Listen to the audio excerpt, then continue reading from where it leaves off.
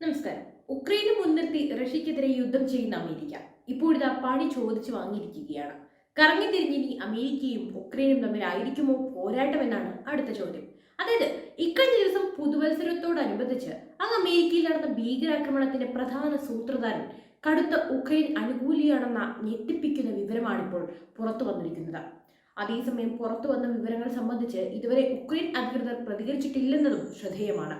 ഉക്രൈന് പിന്തുണ നൽകുന്ന കാര്യത്തിൽ നിയുക്ത അമേരിക്കൻ പ്രസിഡന്റ് ഡൊണാൾഡ് ട്രംപിന് താല്പര്യമില്ലെന്ന കാര്യം പുറത്തു വന്ന പശ്ചാത്തലത്തിൽ കൂടിയാണ് ട്രംപ് സ്ഥാനമേൽക്കുന്നതിന് മുമ്പായി അമേരിക്കയെ ഞെട്ടിച്ച ഭീകരാക്രമണം നടന്നിരിക്കുന്നത്.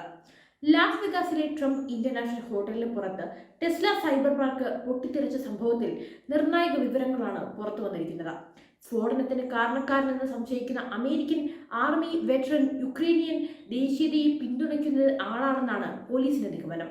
ഫേസ്ബുക്കിൽ പോസ്റ്റ് ചെയ്ത ഫോട്ടോയുടെ അടിസ്ഥാനത്തിലാണ് അന്വേഷണ ഉദ്യോഗസ്ഥൻ ഈ നിഗമനത്തിൽ എത്തിച്ചേർന്നിരിക്കുന്നത്. ബുധനാഴ്ച ഹോട്ടലിന് പുറത്ത് സൈബർ ട്രക്ക് പൊട്ടിത്തെറിച്ച് 37-കാരനായ ട്രക്ക് ഡ്രൈവർ മാത്യു ലിവേഴ്സ്ബർഗർ കൊല്ലപ്പെടുകയും 7 പേർക്ക് പരിക്കേൽക്കുകയും ചെയ്തിരുന്നു. ടെസ്ല സിഇഒ ഇലോൺ മസ്ക് സ്ഫോടനത്തിന് കാരണമായത് ട്രക്കിന്റെ ബെഡിൽ കടത്തപ്പെട്ട സ്ഫോടക വസ്തുക്കളാണെന്ന് വ്യക്തമാക്കിയിരുന്നു. ട്രംപ് ഇന്റർനാഷണൽ ഹോട്ടലിന് സമീപം നടന്ന ട്രക്ക് സ്ഫോടനത്തിനും ന്യൂ ഓർലിയിൽ നടന്ന ആക്രമണത്തിനും പിന്നിൽ തീവ്രവാദം തന്നെയാണെന്ന് FBI സ്ഥിരീകരിച്ചിരിക്കുന്നത്. ഈ സാഹചര്യത്തിൽ ട്രംപിന്റെ സുരക്ഷയും വർദ്ധിപ്പിച്ചിരിക്കുകയാണ്.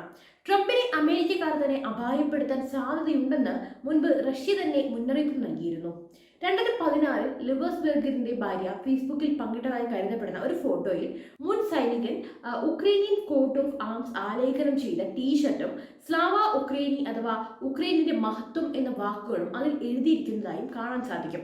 20-ാം നൂറ്റാണ്ടിന്റെ തുടക്കത്തിൽ ഉക്രൈൻ ദേശീയവാദികൾ സൃഷ്ടിച്ച ഈ വാചകം നാസി പിന്തുണക്കാരനായ സ്റ്റെപ്പാൻ ബന്ദേരയുടെ ഓർഗനൈസേഷൻ ഓഫ് ഉക്രൈനിയൻ നാഷണലിസ്റ്റുകളുടെ വിഭാഗമായാണ് ജനപ്രിയമാക്കിയത്. 2014 അമേരിക്കൻ പിന്തുണയുള്ള മൈദാൻ അട്ടിമറിക്ക് ശേഷം അധികാരത്തിലെത്തിയ പ്രസിഡന്റ് പിയോട്ടർ പൊറോഷെങ്കോ 2018 ഇത് ഉക്രൈൻ സായുധ സേനയുടെ ഔദ്യോഗിക മുദ്രാവാക്യമായി പ്രഖ്യാപിക്കുകയാണ് ഉണ്ടായത്. 2022 റഷ്യയുമായുള്ള സംഘർഷം രൂക്ഷമായതിനാൽ തന്നെ ഉക്രൈന്റെ അനുയായികൾ ഉപയോഗിക്കുന്ന അന്താരാഷ്ട്ര തലത്തിൽ അംഗീകരിക്കപ്പെട്ട മുദ്രാവാക്യമായി സ്ലാവ ഉക്രൈന് പിന്നീട് മാറുകയുണ്ടായി. എന്നാൽ മുൻകാലങ്ങളിൽ നവ നാസികളും മറ്റ് ഉക്രൈൻ വലതുപക്ഷ തീവ്രവാദികളുമാണ് ഇത് പ്രധാനമായിട്ടും ഉപയോഗിച്ചിരുന്നത്. ഫോട്ടോ പോസ്റ്റ് ചെയ്ത കാലത്ത് ലിവേഴ്സ്ബർഗർ അമേരിക്കൻ ആർമിയുടെ എലൈറ്റ് ഗ്രീൻ ബെറ്ററിനൊപ്പം ഇന്റലിജൻസ് ആൻഡ് ഓപ്പറേഷൻ സ്പെഷ്യലിസ്റ്റായിട്ട് സേവനമനുഷ്ഠിക്കുകയായിരുന്നു എന്നാണ് അദ്ദേഹത്തിന്റെ ലിങ്ക്ഡിൻ പ്രൊഫൈൽ സൂചിപ്പിക്കുന്നത്. ലിവേഴ്സ്ബർഗർ 19 വർഷത്തെ സേവനത്തിന് ശേഷം അവധിയെടുത്ത് കഴിഞ്ഞ മാസം അമേരിക്കയിലേക്ക് മടങ്ങുന്നതിന് മുമ്പായി ജർമ്മനിയിലെ സ്റ്റാറ്റ്ഗാർട്ടിൽ അദ്ദേഹം താമസിച്ചതായും സൈനിക വക്താവ് CBS ന്യൂസിനോട് വെളിപ്പെടുത്തിയിട്ടുണ്ട്. അതേസമയം ഇയാൾ അഫ്ഗാനിസ്ഥാനിൽ സൈനിക സേവനത്തിൽ ഏർപ്പെട്ടിരിക്കുന്നതായി സ്ഥിരീകരിച്ചിട്ടുണ്ടെങ്കിലും ലിവേഴ്സ്ബർഗർ എപ്പോഴെങ്കിലും ഉക്രൈനിൽ പോയിരുന്നോ എന്ന് വ്യക്തമാക്കിയിട്ടുമില്ല. ഇതേക്കുറിച്ചും അമേരിക്കൻ രഹസ്യാന്വേഷണ ഏജൻസികൾ ഇപ്പോൾ അന്വേഷിച്ചു വരികയാണ്. ഇവിടെ ലിങ്ക്ഡിനിൽ വന്ന ഒരു തൊഴിലവസരത്തോട് ലിവേഴ്സ്ബർഗർ പ്രതികരിച്ചിരുന്നതായും FBI കണ്ടെത്തിയിട്ടുണ്ട്. ഒരു ഉന്നത സ്പെഷ്യൽ ഫോഴ്സ് മെഡിക്കൽ ഉദ്യോഗസ്ഥനെ തനിക്ക് അറിയാമെന്ന് പറഞ്ഞുകൊണ്ട് ലിവേഴ്സ്ബർഗർ ഉക്രൈനിൽ ജോലിക്കായി ശ്രമിച്ച സംഭവത്തെ അമേരിക്കൻ ഏജൻസിയായ FBI അതീവ ഗൗരവത്തോടെയാണ് അദ്ദേഹം നോക്കിക്കാണുന്നത്.